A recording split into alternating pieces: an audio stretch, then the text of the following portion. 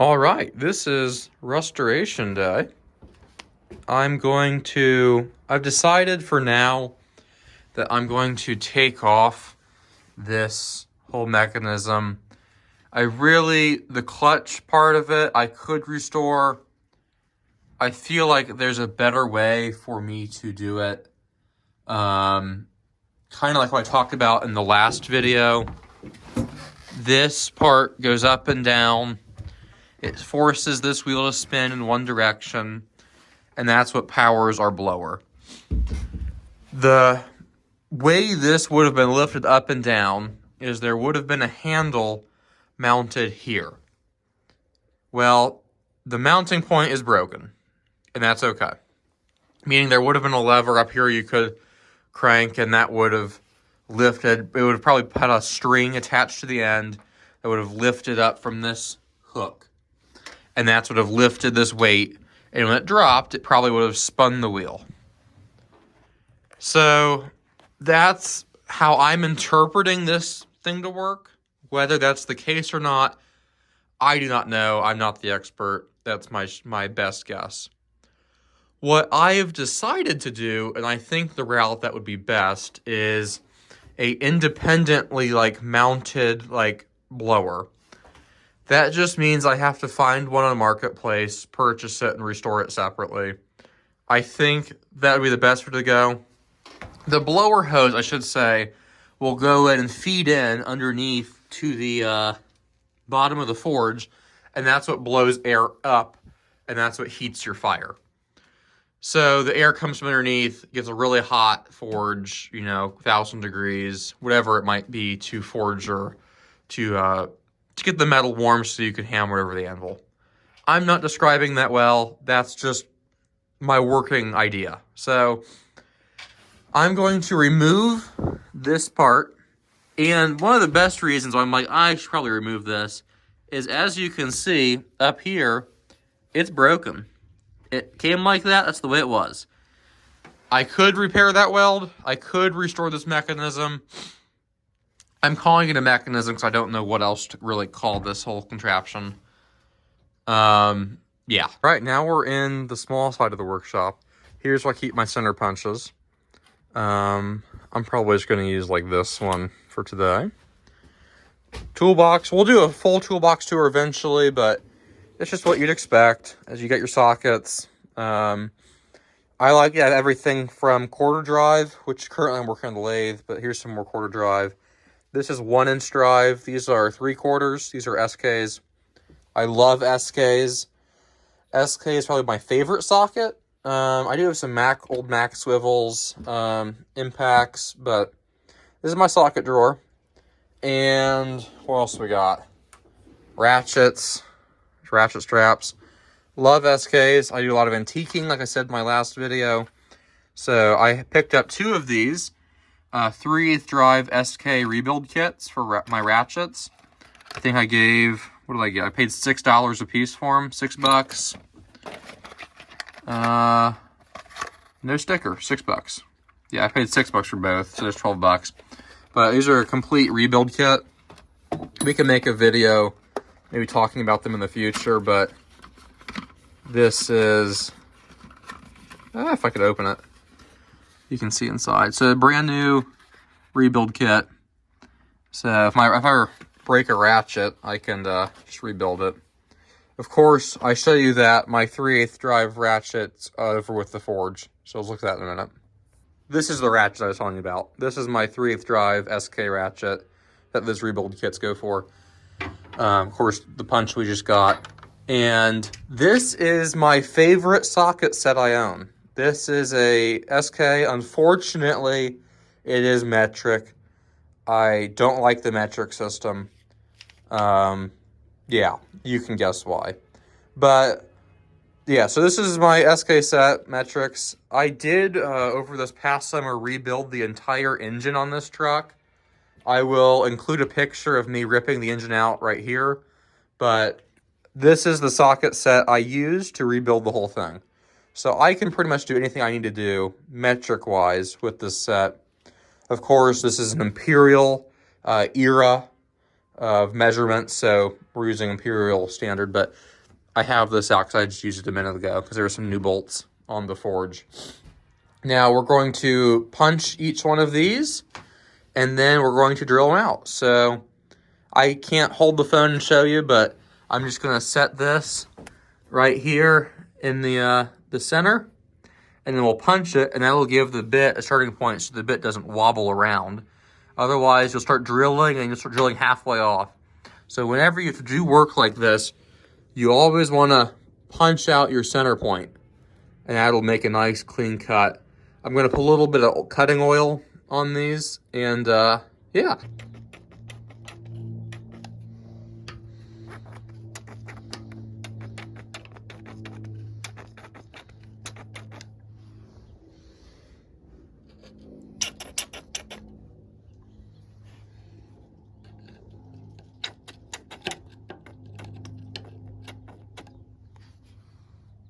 Got the holes center punched, so you can see the punch.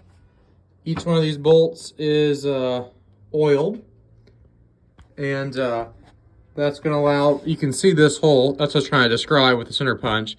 That'll give the bit a solid place to bite into, so it doesn't wobble around. That's blurry. But yeah, there you go. So that's the center punch, what it does.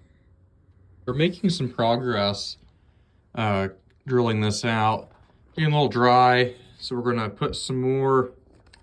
If I get some oil. This oiler's been having me some issues. I'm gonna have to go through and work on it. No oil's coming out. All right, that's great. Well, we'll just keep going. Let's open the oiler up. This is some low effort content. We'll drop some on it. There we go. When in doubt, just manually oil it.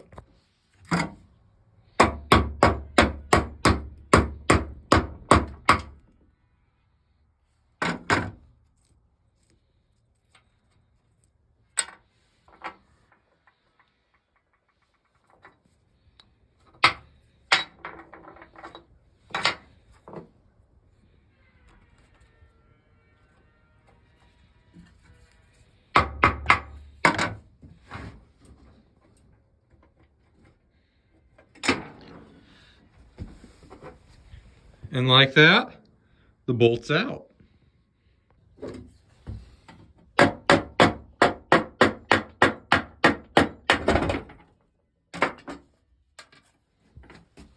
And like that, we're getting loose. Now, we already discussed previously this is broken. So this is not a new brake. This is just the way it's gonna fall. So, 2 bolts done. 4 to go. Sorry, 2 more to go. 4 total. We have all 3 of the bolts holding up the blower mechanism. Now are now drilled. 1, 2, 3. This one probably took the most amount of work just because of how uneven its bolt was. I believe it was this one. It just came out awkward. The blower is now fully loose. So that's how it fell. I'm going to keep this blower. I'm going to keep it nice and I'll probably fix it up. That way if I ever do change my mind, if I don't like the setup I'm kind of imagining, I can revert back to the way whoever designed it intended it to function. So I'm keeping it. Don't worry, it's not getting thrown away, it's not getting scrapped, it's not getting changed. It's just going to get boxed up, and that way if for the next couple months I decide I hate it, I can go back to it and just put it on after I restore it. So that's loose. Now we just need to get this piece of wood off. It's being held on with that one last bolt. Once these 2 bolts are off, I'm going to clean up. We'll get all the tools put back away. I don't like having tools out. It bothers me. I feel like if the tools are not in the toolbox and the project's moving on, it gets cluttered. I don't like that. So we're going to get cleaned up after I get the last bolt out. And then we're going to start cleaning the actual forge.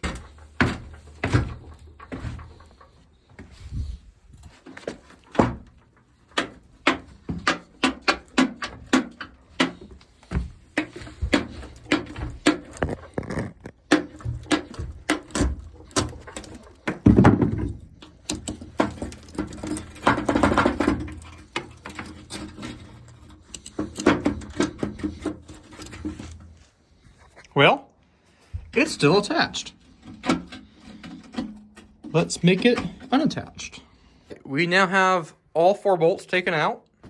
As you can see, all nice and clear. We no longer have anything underneath of the forge. It's all loose and removed. And now all we have left is to make everything clean. So with the power of editing, let's now enjoy a clean workspace. All right. We now have our work surface and work area clean. I swept all the dirt we made into a pile. And next we're going to get a shop vac in here. And we are going to vacuum all this debris up, work on cleaning out the well some more, and just generally trying to get it just down to just the metal. I want it to be just the metal. And I guess really at this stage, we can take the firebox out. So let's clean her up.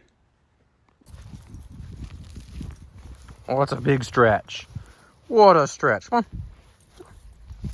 Come on. We're going to get a shop vac. Let's get a shop vac. Winston's a good dog. He a good boy. Winston, sit. What a good boy. Shake. Oh, no. We're going to sit. Shake. Oh, no, we're going to lay down. All right. Well, we're not feeling like listening, I guess, today. But come on. Your ball. Your ball. Come here. Sit. Shake. What a good boy.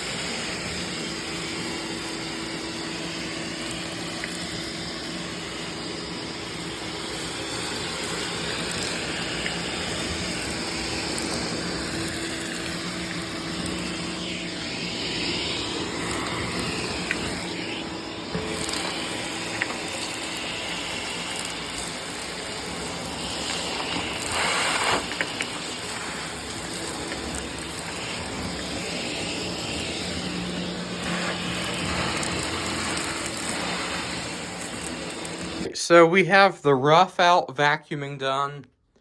Just all the loose debris. I kind of sucked up some gunk in here. That's the nice thing about a shop vac, is you can suck up liquids. And just the surface level. Now I'm going to go through with my wire brush, and we're going to get all in these corners. I mean, see the difference that just made. For example, like look at that. Take that all loose, nice and clean, and then we're going to vacuum it up as we go. So I'm going to just scrub the whole thing. I mean, look how much that takes off. And we're just going to scrub and vacuum. Now, I can't film that because I need both hands, but you can get the idea. So this is what it looks like now. And next we will cut to what it looks like after I've wire scraped it and sucked up all the dust and dirt. So we have now scraped it with that wire brush, vacuumed up the dirt and dust, and it's feeling a lot better. It's feeling kind of clean. There's still some dust on it. I'll keep working on it. This is what we're at. So just kind of an overview. We cleaned up the base, got all the stuff off of it. Now we're in the process of cleaning it. This well is just kind of there's just dirt, just like mud. It just looks like mud. And I want it out, I want it clean. The process that I'm going to use is I'm going to get just a 5-gallon bucket of clean water from the well of the house and dump it in here and just put some gloves on and just use that clean water and really scrape it up. and just keep repeating that till the water's clean. And then, of course, I'll use the shop vac to suck the water out. Then I'm going to take paper towels and rags and just, like, mop up all the moisture left and get it nice and dry. And then, yeah, that's kind of the cleaning cycle I'm going to be using. We'll see how it goes. Come on. Come on. Oh, boy. Good boy.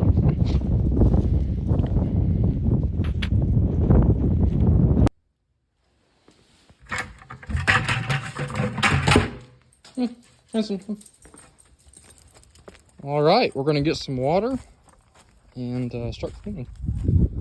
Winston, come on.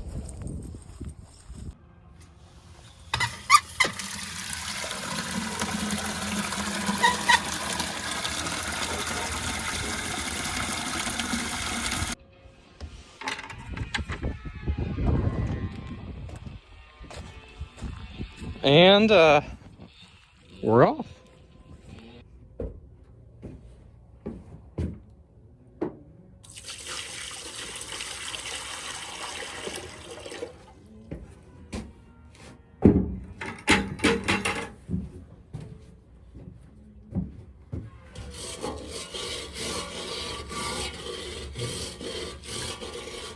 I have the well. I'm about the point where I'm kind of happy with it. I'm going to start taking these shop rags. These are the little blue towels you can get for when you work on your car. And I'm just going to start dunking in here and just kind of scrubbing it, trying to mop up any dust and dirt on the forge. A little overkill, but I'm really wanting to make sure we get a clean scrub on it. So I'm going to start doing that now, and we'll see what it looks like when I'm finished. That blue rag really did not work.